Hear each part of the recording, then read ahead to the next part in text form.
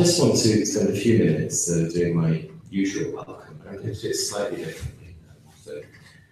As the years have gone by, I probably stood up here and welcomed you to the conference, talking about the people in the room and sort of patients that we deal with day in, day out. And for once, I thought I'd focus on NAPIQ and the exec just for a few minutes. You'll see here the aims of NAPIQ. I'm sure if you've been to the conference before, you'll have heard these aims. They haven't changed in their focus and in their kernel for about 2 decades, and that is a real strength. Stephen's already told you what we've been up to over the last 10 to 20 years, and that's just a nice list of all the things we have been up to, and it's actually quite difficult to fit it onto one slide. But that's 2 decades of work and a lot of influence and a lot of change. It'd be useful to just think about what we're doing over the next 5 to 10 years. So certainly at the moment, Stephen's mentioned the national survey and the research we're getting involved in. A very exciting announcement to make later this morning, a joint work stream with the Design and Mental Health Network. We're looking at leadership and management training over the next year or two. There's a lot more international liaison happening compared to 5 to 10 years ago. Aileen O'Brien, our Director of Education, is looking at a postgraduate learning online module, and maybe more than that. And Roland continues to take our journal to greater and greater heights. But that's not all of it. There are a lot of other work streams, and we usually have about 100 more things to do than we can do in the exec.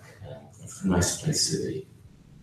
I suppose it's not all about the exec. What are the things that are going on in the world of psychiatric intensive care and low secure? And again, these are just some of the things that are probably touching on all aspects of your working life: the management of disturbance, the management of violence and aggression, restricted interventions, how we involve patients and carers into care planning in low secure and PICU units, the interface with the criminal justice system, what is 4-dimensional security in PICUs, what is the treatment model in psychiatric intensive care units, as I'm going to talk about later today, and I can speak about the commissioning guidance. How do we know that the model is or isn't efficient? And there's more and more science now being applied to psychiatric intensive care. So those are all, well, some of the things that are going on in the world of psychiatric intensive care at the moment. Be careful when you go online and you submit your pictures, because these are the pictures of all the NAPIQ exec on the website. They're not that different to what they look like at the moment. But why have I put this up here? I put this here just to, first of all, say thank you to the NAPIQ exec for all the work that they've done over the last year and the years gone by, but to make the point that this is the whole of the NAPIQ executive. So all the work that you hear about, all the ideas, and everything that you see at the conference, it's this group of people that have led most of that work. And really, it comes to my last point, which is most of those people you see in that picture at some point in the last 10 to 20 years are sitting in the audience listening to an NAPIQ conference. And my request, our request, is to ask you to start getting involved. There's many, many ways in which you can get involved. Obviously, this is a great opportunity. It's a once-a-year opportunity to network and talk to NAPIQ executives.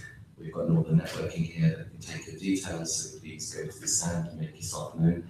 But you know who the NAPIQ exec members are, and I know that this conference is about networking and socializing and relaxing as well, but there is another side to all of this. The NAPIQ exec are there to talk about psychiatric intensive care and those secure matters. So make yourself known, speak to an exec member, exchange details or pass on your details, and think about coming to an NAPIQ exec meeting or working with us on a project. There is also at 5 o'clock today the NAPIQ annual general meeting.